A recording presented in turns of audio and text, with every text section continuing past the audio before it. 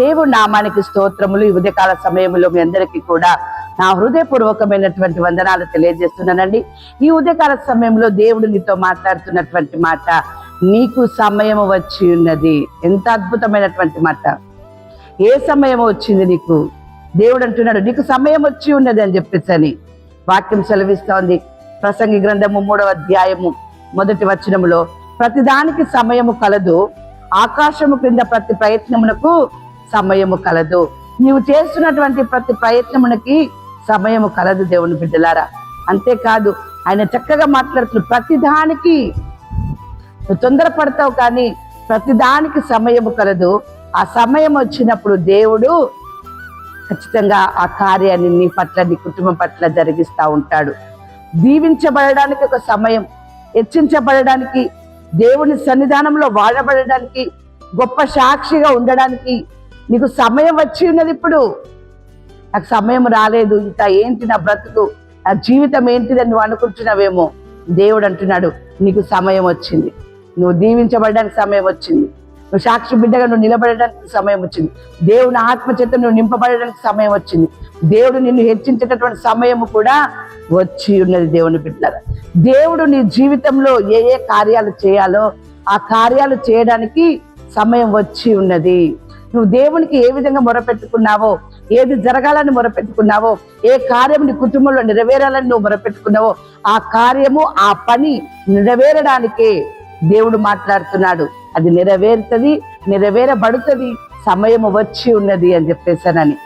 ఏది కూడా నీకు తక్కువ కాకుండా సమస్తము కూడా సమృద్ధిగా దేవుడు నీకు అన్ని కల్పిస్తానంటూ ఉన్నాడు. దేవుని బిడ్డలారా, యోహాను సువార్త 15వ అధ్యాయము 16వ వచనముల వాక్యం ఈ రీతిగా ఉంది, మీరు నన్ను ఏర్పరచుకొనలేదు, మీరు వెళ్ళి ఫలించుటకును మీ ఫలము నిలిచి ఉండుటకును నేను మిమ్మును ఏర్పరచుకొని నియమించి తిని. ఎంత చక్కగా ఉన్నదండి వాక్యము. దేవుడు మిమ్మల్ని ఏర్పరచుకున్నాడంట, మిమ్మల్ని దీవించడానికి, మిమ్మల్ని ఆశీర్వదించడానికి, ఆయన బిడ్డలుగా ఆయన మిమ్మల్ని వాడుకోవడానికి, ఆయన బిడ్డలుగా మీరు సాక్షిగా ఉండడానికి ఆయన మిమ్మల్ని దేవుడు ఏర్పరచుకున్నాడు. అంతేకాదు అక్కడ ఏది కూడా మీకు ఏ మాత్రము కూడా హాని చెయ్యదు అని చెప్పేసి అని మాట్లాడుతూ ఉన్నాడు. దేవుని చేత ఏర్పరచబడినటువంటి కుటుంబముగా మీరు ఉంటూ ఉన్నారు. దేవుని చేత ఏర్పరచబడినటువంటి వ్యక్తిగా మీరు ఉంటూ ఉన్నారు దేవుని బిడ్డలారా.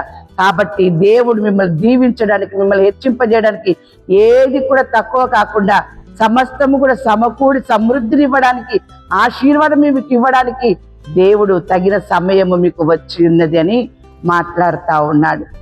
ఈ విషయంలో ఏది కూడా మీకు వ్యతిరేకంగా ఉన్నా, ఏ మాత్రము ఏది కూడా మీకు హాని చేయదు, అడ్డుగా ఉండదు అని చెప్పేసి అని మాట్లాడుతూ ఉన్నాడు.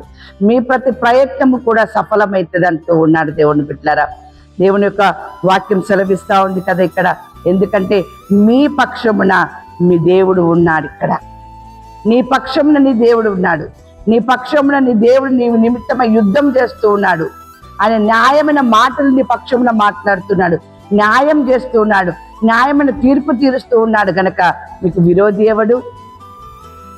అంతేకాదు దేవుని యొక్క వాక్యం సెలవిస్తా ఉంది 23వ కీర్తన 5వ వచనములో, నా శత్రువుల ఎదుట నీవు నాకు భోజనం సిద్ధపరచుదువు.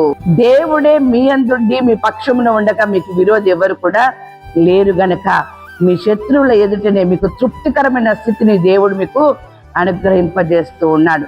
నెమ్మదికరమైనటువంటి స్థితిని, క్షేమకరమైనటువంటి స్థితిని ఆయన మీకు ఇస్తూ ఉన్నాడు దేవుని పెట్టారు. అందుకనే మీకు విరోధముగా రూపింపబడిన ఏ ఆయుధము కూడా వర్ధిల్లదు అని చెప్పి మాట్లాడుతూ ఉన్నాడు. ఈ ఉదయకాల సమయంలో దేవుడు మీతో మాట్లాడుతున్నటువంటి మాట 126వ కీర్తన 6వ వచనం, పిడికడు విత్తనములు చేత పట్టుకొని ఏడ్చుచూ పోవు విత్తువాడు సంతోషగానము చేర్చు పనులు కోసుకొని వచ్చును.